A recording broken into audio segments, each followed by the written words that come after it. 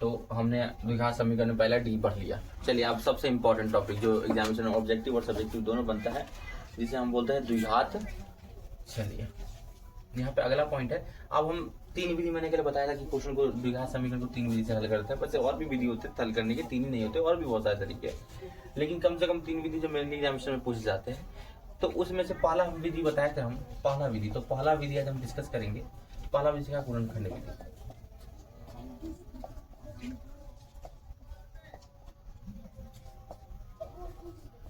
पहला विधि है जिसे हम गुणनखंड विधि बोलते हैं, ठीक है ना, इंग्लिश में इसे बोलते हैं बाइफैक्टराइजेशन।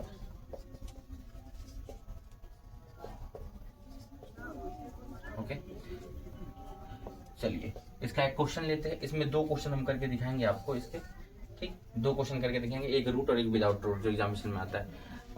एक साल का क्वेश्चन है आया हुआ। चलिए एक प्रीवियस ईयर का हम क्वेश्चन करके देखते हैं, किसी भी साल का क्वेश्चन दे रहा है हमको 2x² + x - 6 = 0। 2x² + x - 6 = 0। चलिए भाई अब इस क्वेश्चन को अपन क्या करते हैं, हल करते हैं। कैसे? गुणनखंड विधि से, ठीक है। एक क्वेश्चन और हम हल करेंगे इसमें, जो है इसमें देखिएगा √2x², दूसरा क्वेश्चन है √2x² √2x² + 7x + 5√2 = 0। ये दो क्वेश्चन करेंगे, फिर इसके बाद सूत्र विधि पे चलेंगे। इसी क्वेश्चन को सूत्र विधि से ही बना लेंगे, ठीक है ना, और इसी क्वेश्चन को हम पूर्ण वर्ग विधि से ही बना लेंगे, ठीक है।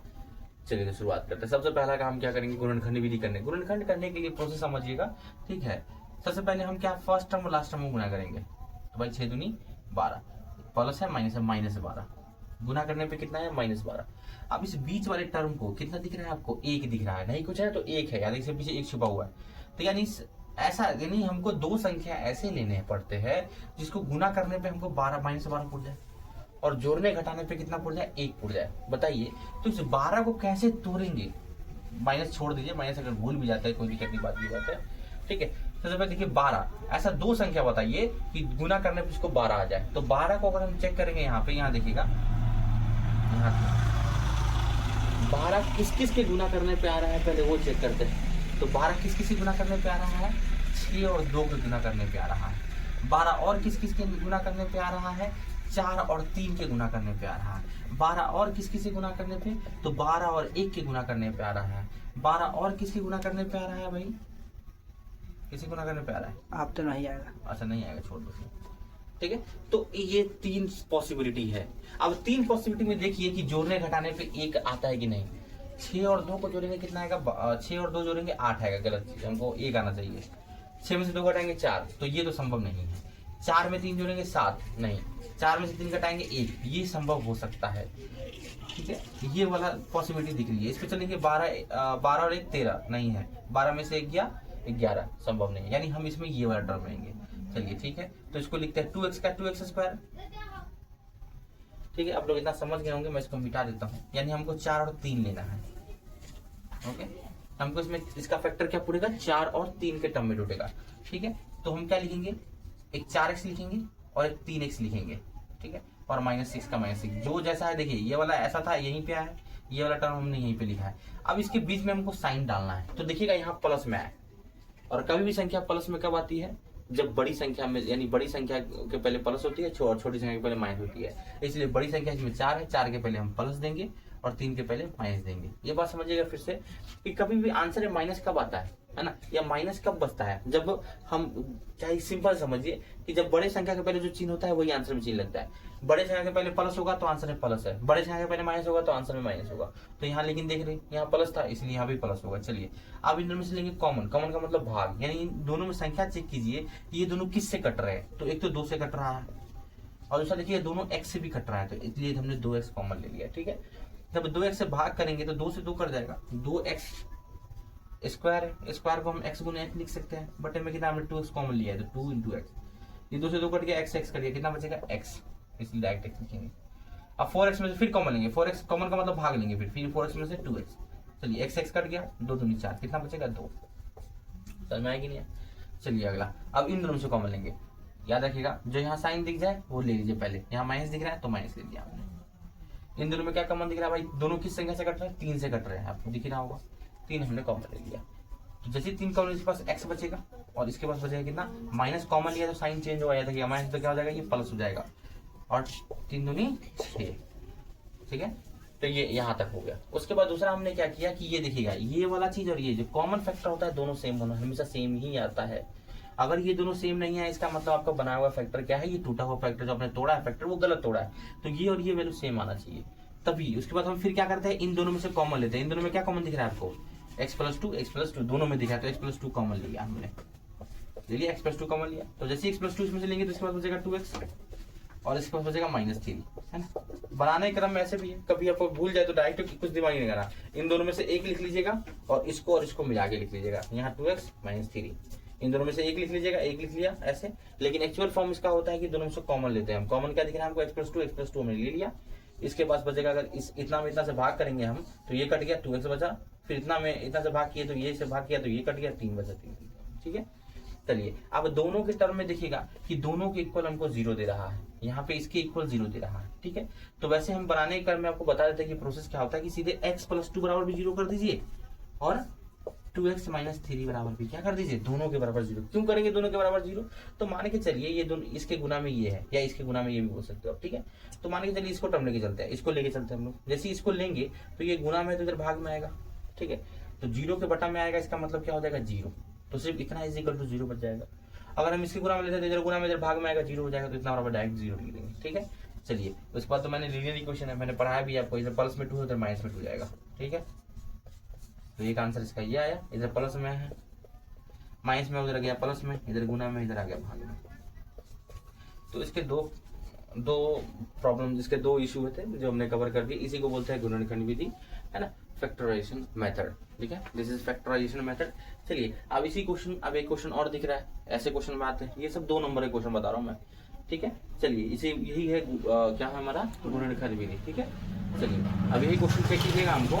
अब इसका भी सेम उस तरीके से इसको गुना करेंगे तो कितना आएगा, अगर गुना करके देखो √2 गुने 5√2, है ना, तो इसका कितना आएगा 5√4, है ना, इसका 2 निकल जाएगा, 5 दूनी 10, यानी इन दोनों को गुना करने पे कितना आएगा 10। ये बोलोगे सर ये कैसे गुना कर दिए, तो भाई इसके लिए अगर गुना करना है तो आप लोग क्या कर लीजिए, चेक कर लीजिएगा, ठीक है। ये हमने सिखा रखा है, पहले समझा रखा है कि क्यों ऐसा होता है, प्रीवियस वीडियो देखिए आपको खुद समझ आएगा ऐसा क्यों, ठीक है। तो 10 आया। अब हमने क्या सिखाया, जैसे आपको सिखाया था यहाँ गुना करने में 12 आया था, तो इन दोनों गुना करने पर हमको 10 आया। अब 10 को तोड़िए कि 10 को किस किस रूप में लिख सकते हैं, तो हम 10 को कैसे लिख सकते हैं, 10 को हम लिख सकते हैं 5 गुने 2, 5 गुने 2, ठीक है। और 10 को क्या लिखते हैं 10 गुने 1, ठीक है। यही गुणनखंड इसका संभव है, यही गुणनखंड संभव है। चलिए और क्या बताएं, संभव के बाद हम क्या करेंगे, उसको बाद चेक करेंगे किसके जोड़ने पे हमको 7 आ जाएगा और घटाने पे 7 आ जाएगा, ठीक है। जो संभव हो वही दिमाग रहेंगे। तो अगर यहाँ चेक करते हैं थोड़ा सा, सही है, ध्यान दीजिएगा, यहाँ पे 5 और 2 टोटल कितने होते हैं, अगर जोड़ेंगे तो 7 आ जाएगा, बिल्कुल ये संभव हो रहा है। 10 से 11 नहीं संभव हो रहा, तो 5 और 2, यहाँ पे इसका फैक्टर 5 और 2 लिखेंगे हम, क्या लिखेंगे 5 और 2, तो √2x², ठीक है। इसके जगह पे हम कितना लिखेंगे, अगर सीधा सीधा लिखना है तो 5, या तो सीधे √2, या इसके जगह पे क्या 2 और 5 है, तो 2x प्लस 5x प्लस 5 √2 का 5 √2। यहाँ तक आपको समझ में आ गया। हमने यहाँ पे कुछ नहीं किया है, सिर्फ इसको तोड़ा 2√5। अब बोलोगे सर यहाँ पे ही आपने उल्टा क्यों लिखा, 5 + 2 नहीं लिख सकते भाई, आपकी मर्जी, अब लिख सकते हैं। लेकिन हमने थोड़ा सा इसलिए कर दिया क्योंकि यहाँ 5 को लेने में, कॉमन लेने में, भाग लेने में हमको आसानी होगी, इसलिए मैंने लिख दिया वहाँ पे, ठीक है।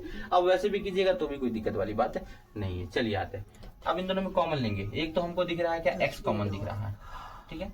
एक √2 भी कॉमन दिख रहा है हमको यहाँ पे, एक हमको यहाँ पे √2 भी कॉमन दिख रहा है। √2 कैसे दिखेगा कॉमन, अगर √2 से भाग करेंगे, चलिए हम बताते हैं कैसे कॉमन दिखेगा। भाग करने पे अगर √2 से कॉमन लेते हैं हम इसको, ठीक है, तो ये कितना बचेगा, इसके पास x बच जाएगा, प्लस अगर हम √2 में इतना से कॉमन लेते हैं इतना बचेगा। अगर 2/x में से हमने क्या लिया है, √2x कॉमन ले लिया, तो x कट गया, इसका परिमेयकरण कर देंगे। ये भी हमने पीछे सिखाया क्यों करते हैं, ठीक है। गुना करेंगे 2√2 बटे में कितना आ जाएगा हमारा 2 से 2 कट गया, यानी सीधे √2, इसलिए डायरेक्ट इसके जगह पे हम क्या लिखेंगे √2, ओके। दूसरा, इन दोनों में से डायरेक्ट कॉमन दिख रहा है हमको, 5 दिख रहा है, 5 कॉमन लिया, इसके पास बचेगा x, इसके पास बचेगा √2 बराबर 0। मैंने क्या बोला था, ये टर्म और ये टर्म हमेशा सेम ही आना चाहिए और सेम ही आता है। अगर सेम नहीं आया तो कब बनाया हुआ गलत है, ठीक है। इन दोनों से ले लेंगे कॉमन। कॉमन क्या दिख रहा है आपको, x प्लस रूट टू। या तो ऐसे भी डायरेक्ट कर लीजिए कि पहले इन दोनों में से एक लिख लेते हैं, लिख लिया, और एक बार इसको और इसको मिला के लिख लेते हैं, तो रूट टू एक्स प्लस 5, ये एक फैक्टर है, ठीक है। दोनों के बराबर जीरो कर लेंगे, बताया मैंने कि कैसे जीरो होता है दोनों बराबर। इधर गुना में इधर भाग में जाएगा तो इतना बराबर जीरो हो जाएगा, इसलिए हम डायरेक्ट लिखते हैं एक्स प्लस रूट टू बराबर जीरो, और एक लिखते हैं root two x plus 5 is equal to zero. इधर प्लस में रूट टू, इधर किस में जाएगा, माइनस रूट टू, इधर जाएगा तो कितना जाएगा, प्लस में है तो माइनस में, और इधर गुना में तो भाग में जाएगा। तो ये आंसर आ गया। ये एग्जामिनेशन का 2 नंबर का क्वेश्चन है, इसी को बोलते हैं गुणनखंड विधि, ठीक है। और इसका लॉन्ग वीडियो देखने के लिए हमारे साथ बने रहे, वीडियो देखेंगे। तो आज हमने आपको सिखाया क्या, गुणनखंड विधि, ठीक है। ये लॉन्ग प्रोसीजर है गुणनखंड विधि, ठीक है। अब हम इसका दूसरा मेथड इसी क्वेश्चन पे, यानी यहाँ से देख लीजिए इसी क्वेश्चन पे आज हम इसको बताएंगे सूत्र विधि के हिसाब से, और सूत्र विधि के टर्म में इसको तोड़ के चलेंगे हम, ठीक है। इसको और भी तोड़ सकते हैं आप, रूट टू से ऊपर नीचे गुना कर दीजिएगा, ठीक है। बहुत जगह आंसर आपको नहीं आया तो रूट टू से ऊपर नीचे क्या कर दीजिएगा, इसको गुणा कर दीजिएगा, तो इसका आंसर आ सकता है 5 माइनस 5 रूट टू बटे में 2, ओके। ये भी आंसर संभव है इसका, ठीक है। तो pause the video and note it down, फिर अगला मेथड लेके आते हैं हम। तो चलिए, तो दूसरा विधि हम देखते हैं। पहला विधि हमने देख लिया था, दूसरा विधि क्या है जो हमने बताया था आपको, सूत्र विधि। ये सबसे हल्का पड़ता है, ठीक है। सूत्र विधि इंग्लिश में हम इसको बोलते हैं बाय फॉर्मूला, और फॉर्मूला आपको बढ़िया से आपको है पता है बढ़िया से कि फॉर्मूला क्या होता है, ठीक है। तो फॉर्मूला आपको पता ही है। पहले फॉर्मूला मैं लिखता हूँ, कल मैंने लिखाया था वैसे, minus b plus minus root under b square minus 4ac upon 2a, या है ना। इसके जगह पे हम क्या लिखेंगे, minus b plus minus root d बटा में 2a बटा में 2a, ठीक है। तो ये होता है। चलिए समझ आ गया।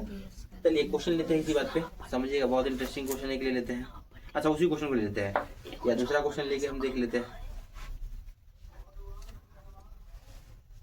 कहाँ चला गया जी,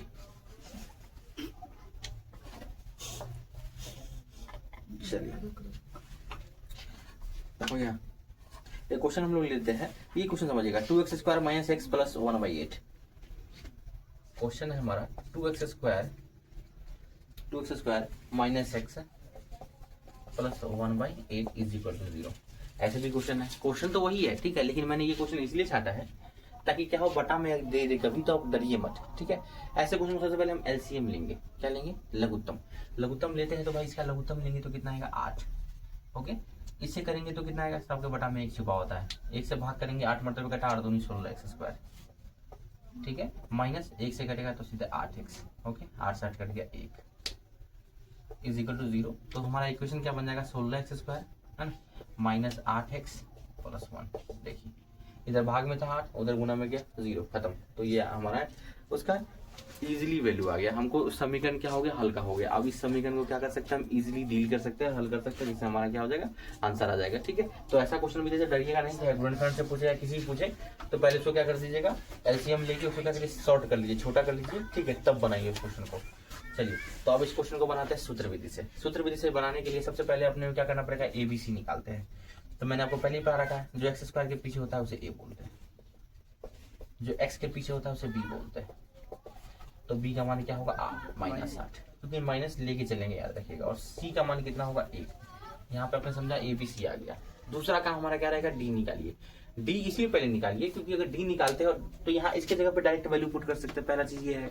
और दूसरा, अगर हमको ये पता चल जाएगा कि उसके मूल समान होंगे तो डायरेक्ट हम आंसर यहाँ पे लिख देंगे। या अगर क्या पता आंसर उसका नहीं आए, अगर द्विघात बहुपद ये संभव ही नहीं हो, तो हमको अगर डी का मान माइनस में आ जाएगा तो हम छोड़ देंगे यही पेज क्वेश्चन को, लिख देंगे कोई मूल नहीं, ठीक है। डी इसलिए निकाला जाता है पहले बहुत सारे क्वेश्चन में। तो चलिए सबसे पहले डी निकाल के हम चेक कर लेते हैं कि डी का फॉर्मूला क्या होता है। तो d is equal to b square minus 4ac। B का वैल्यू दे रहा है -8 का स्क्वायर माइनस 4, ए का मान 16 है ना, और सी का मान दे रहा है 1। चलिए पुट करते हैं, हल करते हैं इसको। -8 का स्क्वायर करेंगे 64 आ जाएगा, ठीक है। और 16 चौका 64, 16 चौका। देखिए मुझे नहीं पता था कि ये क्वेश्चन का आंसर सही में डी का वैल्यू 0 आएगा, मैंने बस एट रैंडम चुन लिया था और आपने देखा कि डी का मान क्या आ गया, 0। और मैंने बताया था ठीक है, बताया था वैसे, मैं वैसे सूत्र विधि से डायरेक्ट बना के भी दिखा दूंगा आपको, लेकिन मैं आपको डायरेक्ट भी इसका आंसर लिख सकता हूँ कि इसका आंसर डायरेक्ट क्या होगा।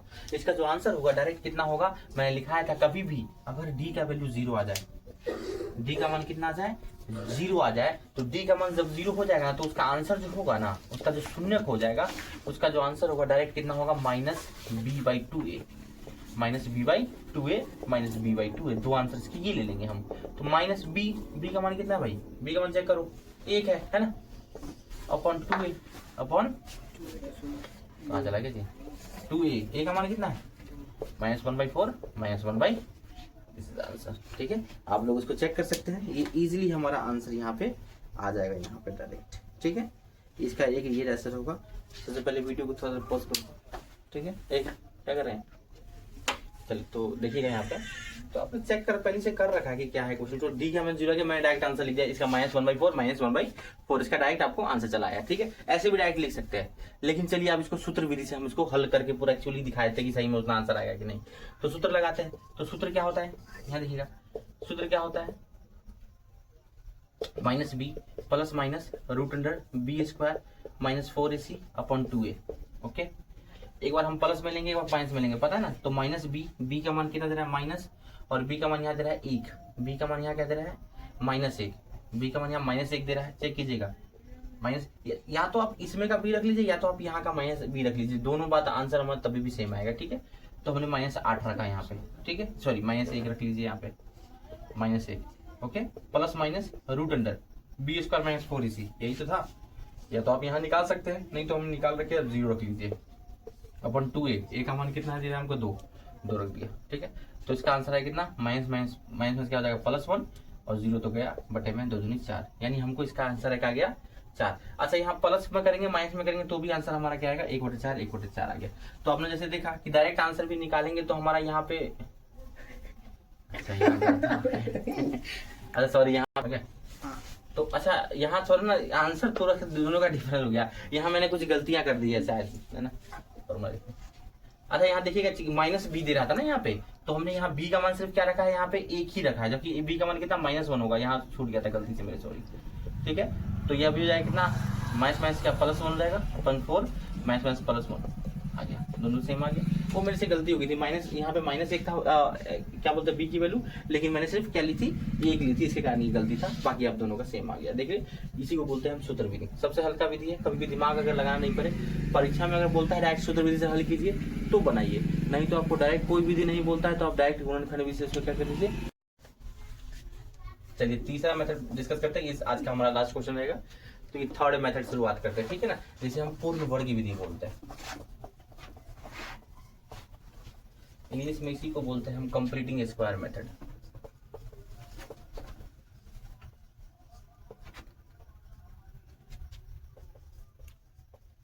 चलिए तो आज इसको सॉल्व करके देखते हैं कि कैसे बनता है। क्वेश्चन हम लोग अज्यूम कर लेते हैं, ठीक है ना। बहुत साल पहले एग्जामिनेशन में पूछा गया है क्वेश्चन, 2x² - 7x + 3। क्वेश्चन दे रहा है हमको 2x² - 7x + 3, सही है रहे, सही है। ठीक, आइए इस क्वेश्चन को देखते हैं हम पूर्ण वर्ग की विधि से। सबसे पहला प्रोसेस है पूर्ण वर्ग की विधि बनाने का, क्या कि x² का कोफिशिएंट जो x² का जब पीछे होता है उसको हटा देना है। तो ये हटेगा कब, यानी 2 को हटाने के लिए क्या करना पड़ेगा, हमको 2 से भाग करना पड़ेगा। तो सिर्फ इसमें भाग करना वो सही होगा नहीं, तो हमको पूरे में 2 से भाग करना पड़ेगा, तो वो स्टेटमेंट हमको लिखनी पड़ेगी। ठीक है, लिखने इंग्लिश वाले बच्चे हैं तो लिख देंगे by dividing 2 on both side. ठीक है, हिंदी वाले बच्चे हैं तो लीजिएगा दोनों तरफ 2 से भाग करने पर, दोनों तरफ 2 से भाग करने पर। ठीक है, ये मैथ का प्रोसीजर ही होता है कि जो चीज हम एक तरफ करते हैं दोनों तरफ करना पड़ता है, सबको करना पड़ता है, तभी वो क्वेश्चन सॉल्व हो सकता है। चलिए तो सब में हम 2 क्या कर देते हैं, 2 से भाग कर दिया हमने। सबसे पहला तरीका बच्चे हमारा यही है। ओके, इसको चलिए लिखते हैं, x² - 7/2x + 3/2 = 0। पहला प्रोसीजर हो गया। ठीक है, सबसे पहला जो प्रोसीजर था वो खत्म हो चुका है। दूसरा प्रोसीजर क्या करना है, ये जो आपको टर्म दिख रहा है, इसका जो कांस्टेंट टर्म है, जिसका अचर पद है, उसको उठा के उधर ले जाइए। ठीक है, बहुत ही इजी मेथड बता रहा हूं मैं आपको। प्लस में 3/2 उधर जाएगा माइनस में 3/2, यहाँ तक आपको सबको समझ में आ गया होगा। इसके बाद एक छोटा सा हमको फॉर्मूला, इसमें बस छोटा सा एक फॉर्मूला अप्लाई करना है। वो फॉर्मूला क्या होगा? वो फॉर्मूला होगा हमारा 1/2 गुने x का गुणांक का होल स्क्वायर। ठीक है, ये एक फॉर्मूला है बच्चे, इसको नोट कर लीजिएगा, बहुत इंटरेस्टिंग है। बस अब इसको क्या करना है, इस पे वैल्यू पुट करके और दोनों तरफ जोड़ देना, आंसर आ गया। इसको इक्वेशन 1 मान लीजिए, समीकरण पहला मान लीजिए। ठीक है, यहाँ तक आपको समझ में आ गया होगा। चलिए, तो 1/2 का 1/2 पहले हम इसकी वैल्यू निकाल लेते हैं, इनटू x का गुणांक कितना है, ये नोट कर लीजिएगा, VBI ये फॉर्मूला है ये। ठीक है, ताकि हमको स्क्वायर में पूछ जाए, है ना। तो 1/2 ओके, x का गुणांक यहाँ कितना दिख रहा है आपको, -7/2 ठीक है ना, -7/2 ओके का होल स्क्वायर। यहाँ तक समझ में आ गया होगा आपको। चलो अब इसको तोड़ लेते हैं भाई, कटेगा कितना, -7/4 का होल स्क्वायर। ये डायरेक्ट इसका वैल्यू आ गया। ओके, समझ गए होंगे सारे बच्चे यहाँ तक का। चलिए आपसे बात करते हैं। अब यही चीज जो आया है ये दोनों तरफ जोड़ देंगे हम, किसमें, समीकरण 1 में। लिखिएगा समीकरण 1 में -7/4 का होल स्क्वायर जोड़ने, समीकरण 1 में दोनों तरफ, यहाँ छूट गया, यहाँ लिखिएगा दोनों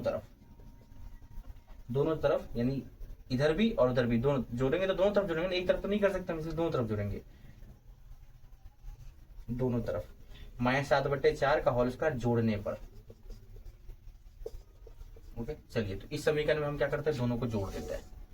लिख लेते हैं समीकरण पहला, x² -7/2 x प्लस कितना जोड़ना है अपने को, -7/4 का होल स्क्वायर, 4 का होल स्क्वायर जोड़ दिया हमने, इधर भी उधर भी जोड़ देंगे हम। चलिए, -3/2 है ना, प्लस -7/4 का होल स्क्वायर।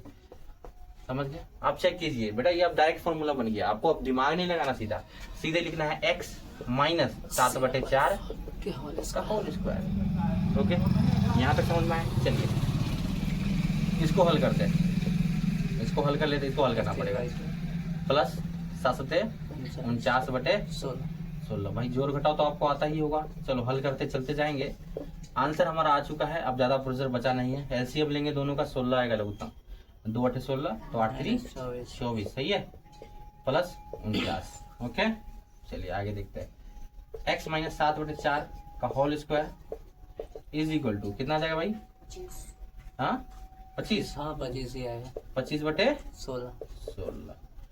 अब क्या करेंगे, स्क्वायर जब हटेगा, इसको अब बनाने के यहाँ से दो तरीके, अब यहाँ से दो प्रोसीजर में इसको फॉलो कर सकते हैं। ठीक है, बहुत सारे जो अब ये सीबीएसई वाले के लिए बता रहा हूँ, बीएसई वाले के लिए तो कुछ नहीं करना है, स्क्वायर हटाएंगे, रूट में डालेंगे, प्लस माइनस निकाल के उधर प्लस माइनस करके सॉल्व कर लेंगे, आंसर आ जाएगा। लेकिन इसको बनाने के दो तरीके और होते हैं। जो अगर सीबीएसई वाले हैं ना, उसको डायरेक्ट बोलेगा क्या, इसको स्क्वायर मेथड से ही बनाना है आपको। ठीक है, तो इसका भी स्क्वायर कर लेंगे, 5/4 का क्या हो जाएगा, होल स्क्वायर।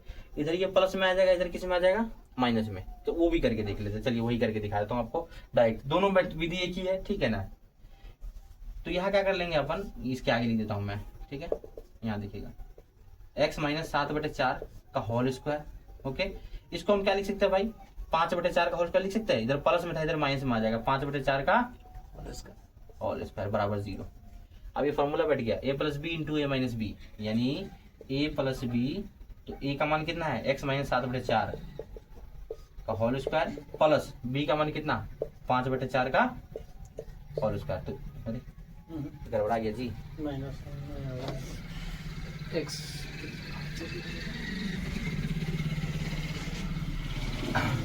तो फॉर्मूला इसका होता है a + b, कितना होता है, तो a का मान ये रहा, b का मान ये रहा। ठीक है ना, तो a + b क्या होता है भाई, x -7/4 a प्लस 5/4, ये b का मान हो गया। ठीक है, इंटू a - b, a का मान कितना, x -7/4 minus 5/4 is equal to 0।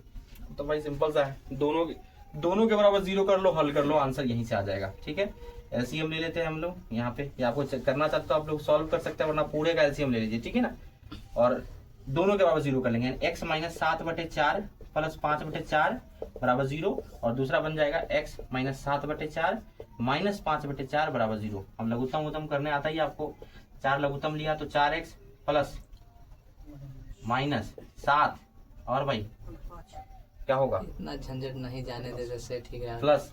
अच्छा मैं इसको दूसरा प्लस मेथड कर बता दूंगा, दीजिए, है यही ना? के बाद हम कर देंगे हैं, यही कर दे प्लस। वहीं से, हाँ सही। अच्छा नहीं चलो छोड़ो, प्लस है 5 आ गया, ठीक है यही ना, इज इक्वल टू, तो 4x कितना बचेगा बराबर 0, इधर भाग में गुना 0, तो 4x माइनस 2, इधर माइनस 2 आ रहा है तो नीचे आ वाला, ही नहीं रहा है नीचे। नीचे वाला नहीं आ रहा, नहीं आ रहा है, अब आ रहा है। यहाँ भाई यहाँ देख लेना, इसका ये हो रहा है, ठीक है।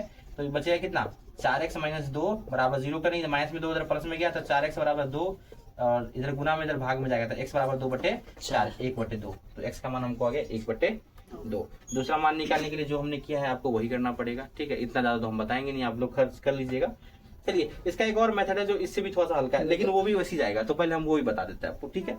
अगर इतना दिमाग नहीं लगाना a + b - b, तो एक और फॉर्मूला बता देते हैं हम आपको, वो वाला। ये कुछ ज्यादा हो गया, ये कुछ ज्यादा हो गया, सही बात है। वहीं से दोबारा बता दीजिए। हाँ, pause the video and note it down, but delete कर दिए क्या, मिटा दिया जी। क्या है, स्क्वायर हटेगा रूट में जाएगा, ठीक है। रूट में डालते हैं तो x - 7/2 is equal to root under 25/16, तो आ जाएगा x - 7/2 is equal to plus minus, plus root से क्यों, अच्छा यहाँ ध्यान दीजिएगा, रूट से 2 आंसर निकालेंगे हम। अगर सिर्फ आपको मैं रूट देता, रूट 25/16 बोलता इसका आंसर बताइए, तो आप लोग क्या मानेगा 5/4, ये सही रहेगा। लेकिन जैसे ही कभी बोले कि x स्क्वायर x बराबर, ठीक है ना, अगर x स्क्वायर बराबर सीधे x बराबर आपको ऐसे बोल दे, सिर्फ स्क्वायर दे दे तब रूट में डाल के बोले, स्क्वायर है और तब हाँ। रूट में डाला है, तब समझ जाओ कि इसके 2 आंसर दो निकलेंगे, एक आंसर। प्लस में और एक माइनस में, तो प्लस माइनस में डाल दिया, ओके। चलिए भाई कहाँ गया, इधर 5/4, 5/4, बस इधर माइनस में कितना जाएगा प्लस में, ये देखो वही आ गया, फिर से वही आ गया, ठीक है ना। लेकिन वो थोड़ा सा ट्रिकली था, ज्यादातर लोग वही फॉलो कर लेते हैं, फॉर्मूला पे था is equal to plus minus 5/4, minus में 7/2 उधर कितना जाएगा, ओके। यहाँ से मैं अब यहाँ से 2 बार, एक बार प्लस में लेंगे एक बार माइनस में लेंगे, तो x बराबर एक बार प्लस में ले लेते हैं, तो 5/4 जो 7/2 लघुत्तम लिया, कितना आ गया जी 4, तो 5 जोड़ 14, अरे उधर गलती कर दिया, गलती कर दिया, क्या क्या 7/4 ना था, sorry sorry sorry sorry sorry sorry, यहाँ मैं नहीं गलती लिख दिया 7/4, यहाँ भी 7/4, यहाँ भी 7/4, तो यहाँ भी 7/4, तो यहाँ 4, तो यहाँ 7, है ना, 7 5 12/4 तिहाई, तो x का मान क्या आ गया हमारा 3। दूसरा x का मान निकालना हो तो हमको क्या लेना पड़ेगा, यहाँ पे एक बार प्लस में लिया ना हमने, एक बार माइनस में लेना पड़ेगा, is equal to -5/4 plus 7/4, LCM लेंगे 4, वही -5 प्लस 7 बचेगा -2/4, -2/, नहीं 2/4 सिर्फ, सॉरी हाँ कल 7 में 5 लेते तो 2/4, 1/2 आंसर वही सेम है, ओके, सेम आ गया ना आपका दोनों का आंसर। तो इस तरीके से हमारा वीडियो था, ठीक है। इसको देखने के लिए लाइक करें, सब्सक्राइब करें, फॉलो करें, जो करना है करें, लेकिन पढ़े। बाय।